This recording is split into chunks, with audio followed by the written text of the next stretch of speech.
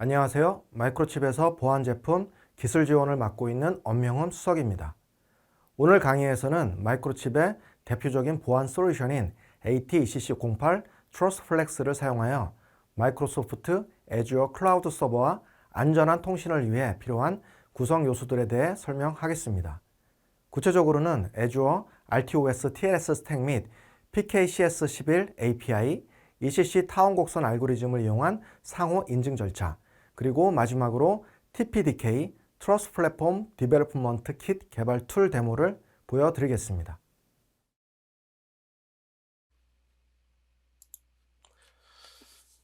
우선 마이크로소프트 애주어 RTOS를 이용하여 안전한 인증을 구축하는 방법에 대해 이야기해 보겠습니다.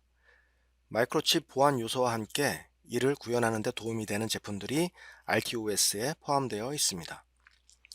먼저 Root of Trust라는 안전한 인증 개념에 대해 이야기하고 PKCS11이 무엇인지, 그리고 IoT 허브, 장치 업데이트, IoT 센트럴과 같은 마이크로소프트 애주어 제품에 대해 이야기할 것입니다. 그리고 PKI에 대해 다시 알아보며 끝으로 마이크로칩 보안 요소 제품 중 하나인 트러스트 플렉스 제품에 대해 알아보겠습니다.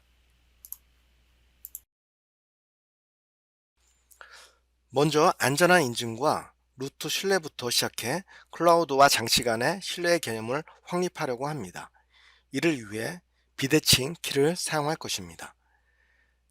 대칭 키를 사용할 수도 있지만 웹에서는 일반적인 방식이지만 인베디드 분야에서는 이상적이지 않고 보안 레벨이 충분하다고 볼 수 없습니다.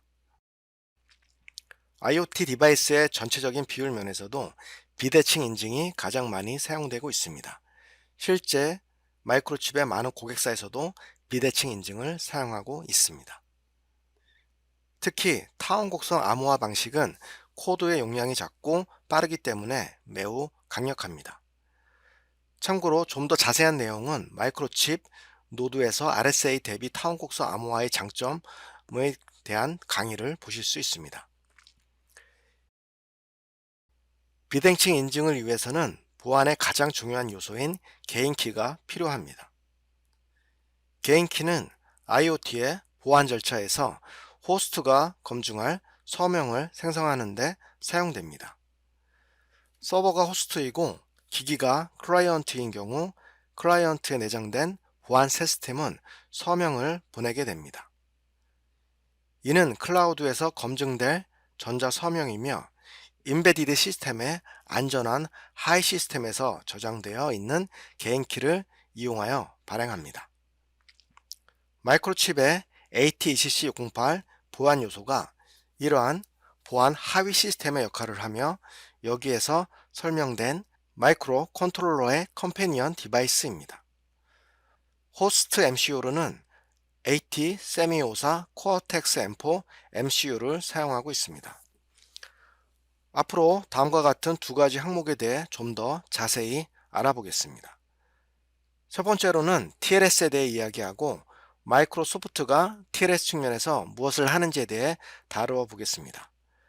두 번째로는 DPS 장치 프로비저닝 서비스가 무엇인지 살펴보겠습니다. TLS는 전송 계층 보안으로 비대칭 암호화의 힘을 활용하여 클라우드와 기기 간의 안전한 채널을 설정합니다. 비대칭 암호화는 보통 상당히 느리기 때문에 대량의 데이터를 암호화하는 데는 사용하지 않는 것이 좋습니다. 타원 곡선 또는 RSA 암호화로 모든 메시지를 암호화하려고 하면 너무 많은 오버헤드가 발생하기 때문입니다.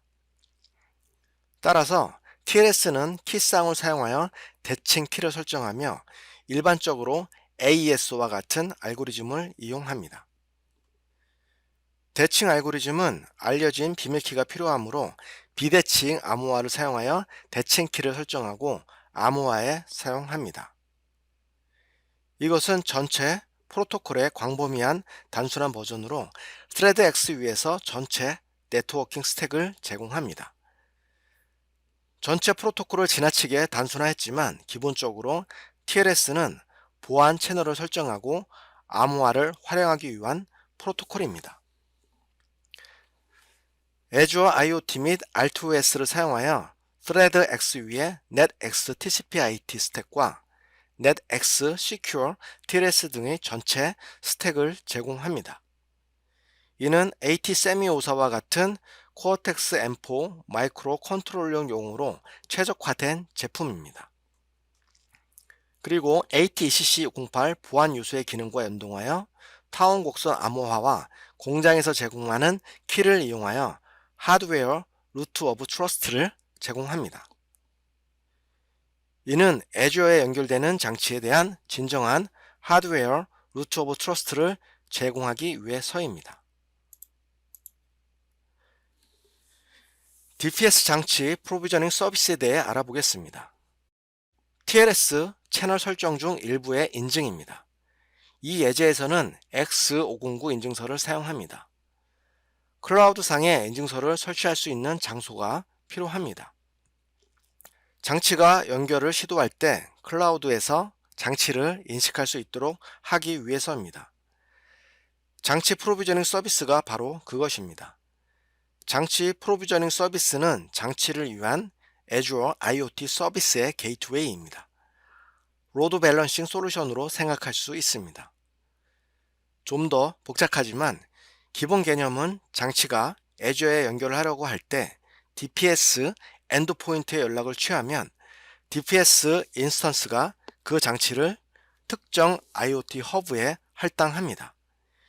이에 대해서는 나중에 좀 더 이야기하도록 하겠습니다. IoT 허브가 실제로 텔레메트리 및 모든 것을 처리하는 곳입니다. DPS는 특정 장치를 특정 허브에 할당하는 게이트웨이 역할을 하며 많은 조직적인 일을 할 수 있습니다. 애주어에 장치를 연결할 때 일반적으로 루트 CA 인증서를 업로드합니다. 이는 제3자 PKI 공급자에서 발급한 공개 인증서가 될 수도 있습니다. 또는 자체 PKI를 만들었다면 개인 키와 인증서에 대한 실제 인프라 구조를 갖추고 있어야 합니다. 연락할 엔드포인트는 DPS이며 인증서를 설치하는 곳입니다. 다음으로 인베디드 솔루션 쪽을 살펴보겠습니다. 마이크로 컨트롤러와 AT-ECC08B 보안 요소 사이에 발생하는 챌린지 및 레스폰스 통신을 살펴보시면 클라우드에서 발생한 챌린지가 시큐어 엔진을 통해 전달되고 그 사이에는 통신을 위한 여러 가지 작업들이 필요하게 됩니다. PKCS11 프로토콜이 그 중 하나입니다. PKCS11은 상대적으로 검증된 프로토콜입니다. TLS와 같은 시기에 만들어졌습니다. 원래는 스마트 카드용으로 설계되었지만 현대적인 HSM 보안 요소 하드웨어에도 적용이 가능한 기능을 포함하고 있습니다. 본질적으로 하드웨어에서 암호화 기능에 액세스할 수 있도록 수성화된 암호 API입니다. 디지털 서명 기능을 갖추고 있으며 암호화 및 복호화 기능을 갖추고 있습니다. 키를 생성하는 기능도 있으며 true 랜덤 넘버를 생성하는 기능을 갖추고 있습니다. 할 수 있는 일들이 굉장히 많습니다. 장점으로는 Azure RTOS TLS 스택에 연결하여 자체 암호화 API를 사용할 수 있다는 것입니다. 그리고 PKCS11의 드라이버를 작성하여 마이크로칩에 AT-ECC08 보안 요소를 구동하는 CryptoOS 라이브러리와 결합할 수 있습니다. 이는 마이크로칩 파트에 하드웨어 암호화 엔진과 쉽게 연결할 수 있도록 합니다. CryptoOS 라이브러리는 언급한 것처럼 마이크로칩에서 만든 라이브러리입니다. PKCS11과 호환되는 API들을 가지고 있으며 마이크로소프트 애주어 고객 및 엔지니어로부터 호환성 및 안정성에 대한 많은 피드백을 받은 검증된 라이브러리입니다. 또한 PKCS11은 규격을 존중하여 설계되었기 때문에 메인스트림으로 사실상 시장에서 판매되는 어떠한 키 저장소와도 쉽게 호환된다고 볼 수 있습니다. 이것은 각 하드웨어 기반의 보안 요소들이 Azure RTOS와 연결되는 방식입니다. 실제로 출력되는 것은 AT-ECC08 하드웨어 보안 요소로 챌린지 명령을 보내어 레스폰스를 받는 결과물이라고 보시면 됩니다. 그리고 또 다른 서비스인 OTA에 대해서 이야기해 보겠습니다. RTOS 안에 OTA 기능이 포함되어 있습니다. OTA는 온더에어의 약자로 일반적으로 와이어레스 통신을 통해 디바이스의 펌웨어 버전을 업데이트하는 것을 말합니다. 디바이스 업데이트 기능은 IoT 허브에 내장되어 있습니다. 이 기능은 펌웨어 이미지를 클라우드에 업로드하고 이를 디바이스에 배포할 수 있는 서비스입니다. 이 기능은 마이크로소프트가 10억 대 이상의 윈도우 디바이스를 다루기 위해 개발한 엔지니어링 노하우와 인프라를 활용합니다. 디바이스 업데이트는 윈도우 업데이트와 동일한 원리로 작동합니다. 이 인프라를 활용하여 펌웨어 이미지를 디바이스에 전달합니다. 그리고 이런 작업은 다음과 같은 절차로 수행됩니다. 펌웨어 이미지를 생성한 후 디바이스 업데이트를 위한 메타데이터를 생성합니다. 이 메타데이터는 펌웨어 이미지가 무엇인지 어디에 설치되어야 하는지를 설명합니다. 중요한 것은 파일에 디지털 서명을 포함한다는 것입니다.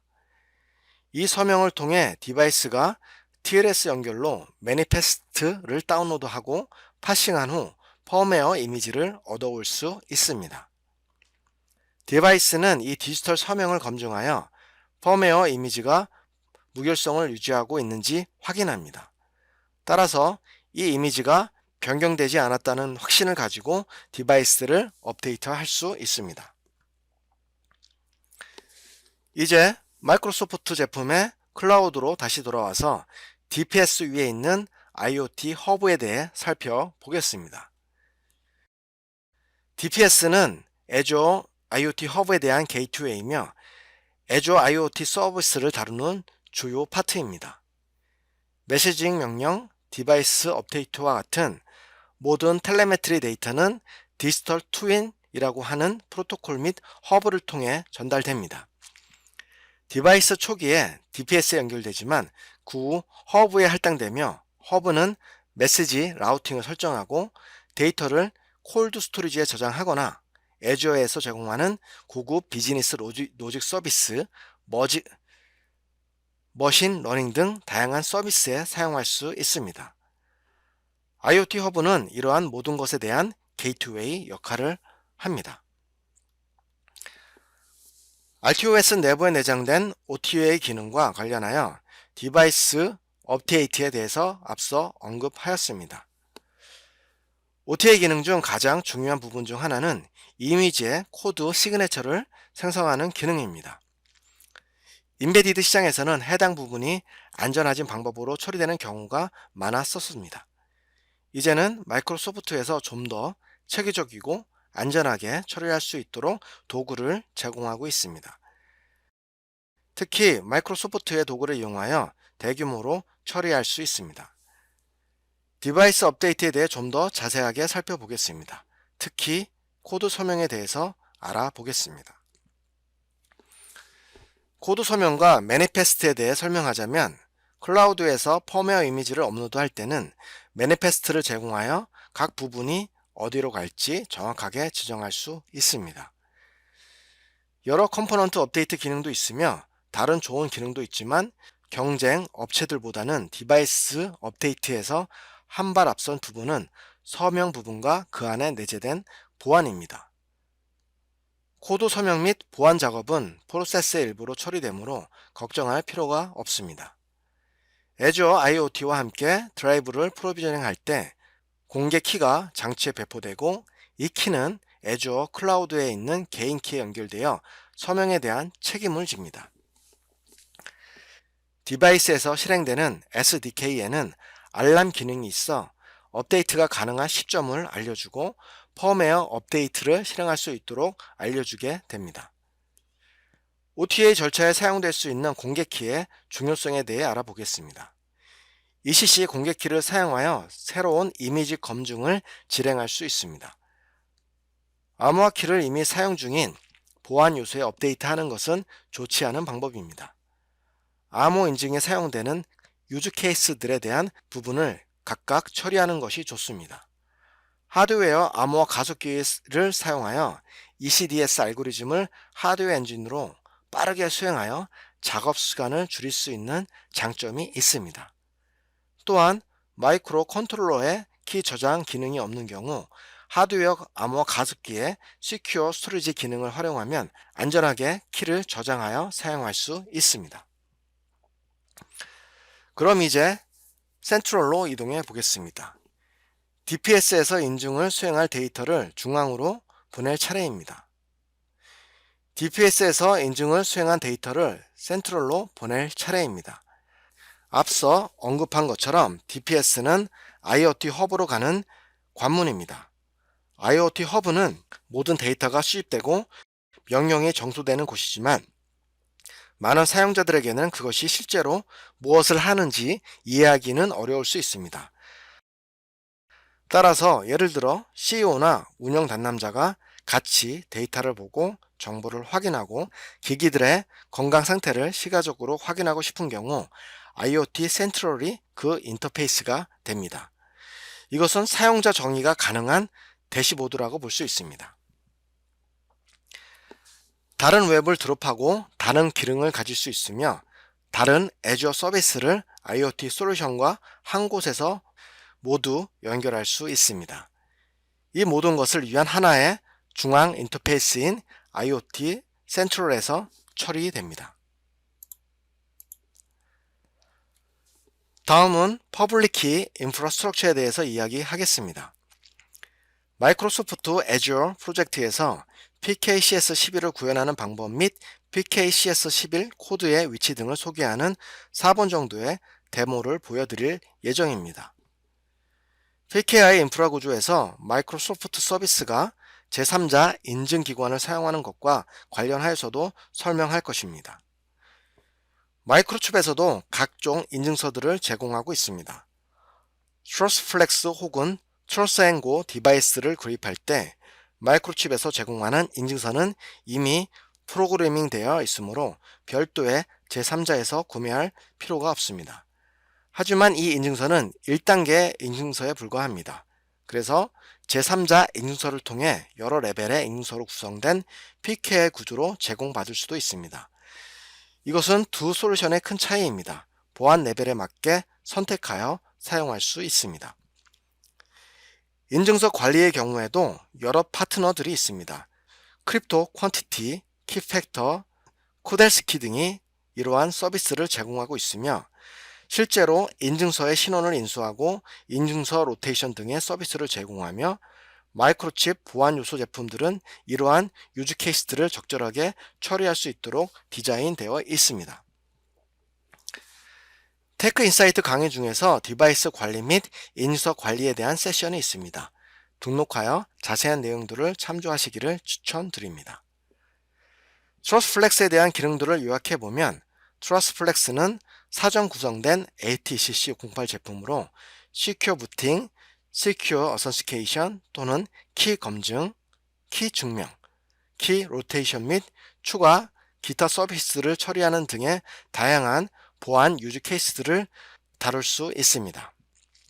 두 가지 중요한 점은 마이크로소프트 애주어의 NetX TLS를 통해 상호 인증은 AT-ECC08에 저장된 개인키로 ECDSA 사인 및 베리파이 절차를 수행하게 되며 마이크로 컨트롤러에 로드되어 있는 코드에 대한 사이닝 절차의 경우도 AT-ECC08 장치를 이용하여 부팅 시 혹은 OTA 업데이트 시 베리파이 할 수 있습니다. 이제 마이크로소프트 애주어 프로젝트의 내부를 살펴보는 데모 시간입니다. 데모 이후에는 프레젠테이션을 마무리하도록 하겠습니다. 트러스 플랫폼 디자인 슈이트 2.2 버전을 열고 웰컴 페이지에서 커스텀 PKI 마이크로소프트 애주어를 선택하면 됩니다. 이름은 버전마다 변경될 수 있습니다. Secure 엘리멘트를 선택하고 실제 보드를 PC와 연결하여 실행을 합니다. 시간상 오늘 모든 부분들을 보여드리기는 어렵습니다. 그래서 마이크로칩 유튜브 채널에 전문가 시리즈 강의 영상을 업로드할 예정이며 해당 강의에서는 트러스 플랫폼 디자인 슈이트 툴 설정 방법 및 세부 내용들을 자세하게 보실 수 있습니다. 오늘 데모에서는 트러스 플랫폼 디자인 슈이트 툴에서 제공하는 기본적인 기능들을 간략하게 살펴보도록 하겠습니다. 아래로 스크롤을 해보면 AT-CC608B TLS 트러스 플렉스가 보입니다. 유즈 케이스나 컨피규레이터를 클릭하면 새로운 윈도우가 팝업되며 관련 정보를 볼 수 있습니다. 왼쪽을 보시면 컨피규레이터와 유즈 케이스 메뉴가 나타난 것을 볼 수 있습니다. 유즈 케이스를 클릭하면 해당 유즈 케이스에 대한 트랜잭션 다이어그램을 보여줍니다. 유즈 케이스 헬프에는 모든 유즈 케이스를 설정하는 데 필요한 모든 부분들이 문서화되어 있습니다. 애저 환경을 설정해야 합니다. 클라우드에 자격증명을 설정하고 프로젝트에 로드해야 합니다. 숫자를 클릭하면 선택한 유즈 케이스에서 해당하는 작업을 수행하고 결과를 출력합니다. 엠피랩 프로젝트 메뉴를 살펴보겠습니다. 마이크로소프트 애주어 관련 코드 예제를 제공합니다. 클릭하면 엠피랩이 시작됩니다. 바로 보여드리기 위해 미리 오픈을 해 놓았습니다. 그리고 굵은 글씨로 강조된 것을 볼 수 있습니다. 이는 여러 개의 프로젝트 중 해당 프로젝트가 메인으로 설정되어 있다는 의미입니다. Azure IoT Demo with AT-CC08B 프로젝트가 메인 프로젝트로 설정됩니다. 헤더 파일로 들어가면 config, SAM254 explore, 그리고 라이브러리, CreateOS 라이브러리를 볼 수 있습니다. 이 CreateOS 라이브러리는 다른 보안 제품에서도 자주 언급됩니다. CreateOS 라이브러리는 추성화 계층으로서 I2C 드라이버뿐만 아니라 PKCS 레벨의 인터페이스도 가지고 있습니다. 바로 여기에는 PKCS11 폴더가 위치하고 있습니다. PKCS11 폴더에는 보안 인증에 대해 얘기할 때 중요한 기능 중 하나인 서명 및 검증 작업이 포함되어 있습니다. 또 다른 중요한 파일은 장치의 보안 경계 내에서 개인키와 공개키 쌍을 생성하는 부분으로 개인키 및 공개키 생성이 어떻게 되는지를 파악할 수 있습니다. genKey 커맨드를 이용하여 개인키를 생성하여 인증서 체인에 사용할 수 있습니다. 다음은 TPDS로 다시 돌아가서 이미 열어놓은 실제 컨피규레이터를 보겠습니다. 마이크로소프트 애주어 인증 유즈 케이스를 선택하면 컨피규레이터는 정보를 입력할 것으로 예상되는 슬롯에만 하이라이트가 표시됩니다. 디바이스 인증서를 위한 슬롯 10번과 사이너 인증서를 위한 슬롯 12번에 고객이 직접 정보를 입력할 수 있습니다. 해당 필드를 클릭합니다. 마이크로칩 인증서를 사용할지 또는 고객 자체 인증서를 사용할지 선택하고 조직 이름, 제너럴 네임, 서명, 서명자, 인증서 유효성 등의 필드를 채워 넣어야 합니다. 그리고 각각 채워진 필드가 문제가 없는지 확인을 합니다. 마지막으로는 다음과 같은 두 단계를 거치게 됩니다. 프로토타입 프로비저닝을 만들고 프로비저닝 프로세스 없이 프로덕션으로 이동합니다. 프로토타이핑 단계에서는 기본적으로 암호화되지 않는 상태로 작업을 하므로 프로덕션을 위해 출력되는 XML 파일을 선택하지는 마시기 바랍니다. 여러 시크릿 데이터를 포함할 XML 파일을 생성하고 있습니다. 해당 XML 파일에 포함되는 중요 정보들은 제공되는 유틸리티 툴을 이용하여 암호화하여 세일즈포스 티켓 서비스를 통해 마이크로칩에 안전하게 전달됩니다. 그리고 마이크로칩 팩토리에서는 HSM 장비를 통해 안전한 프로비저닝 절차가 수행되게 됩니다. 이로써 개발 및 프로비저닝 프로세스가 완료되면 해당 보안 요소 제품은 shipping되어 고객사에 전달됩니다. 이것으로 트러스 플랫폼 디자인 슈이트 데모는 마치도록 하겠습니다. 오늘 강의에서 마이크로소프트 애주어 RTOS와 PKCS11 그리고 마이크로칩 보안 요소인 AT27708에 대해 이해하는 데 도움이 되었기를 바랍니다. 그리고 마이크로칩 유튜브 채널 및 마이크로칩 유니버시티 사이트에는 마이크로칩 보안 제품에 관련된 다양한 강의 영상들이 있습니다. 좋은 자료들이 많이 포함되어 있기 때문에 방문해 주시기 바랍니다. 오늘 강의에 참석해 주셔서 다시 한번 감사드립니다. 이것으로 강의를 마치도록 하겠습니다. 참석해 주셔서 감사합니다.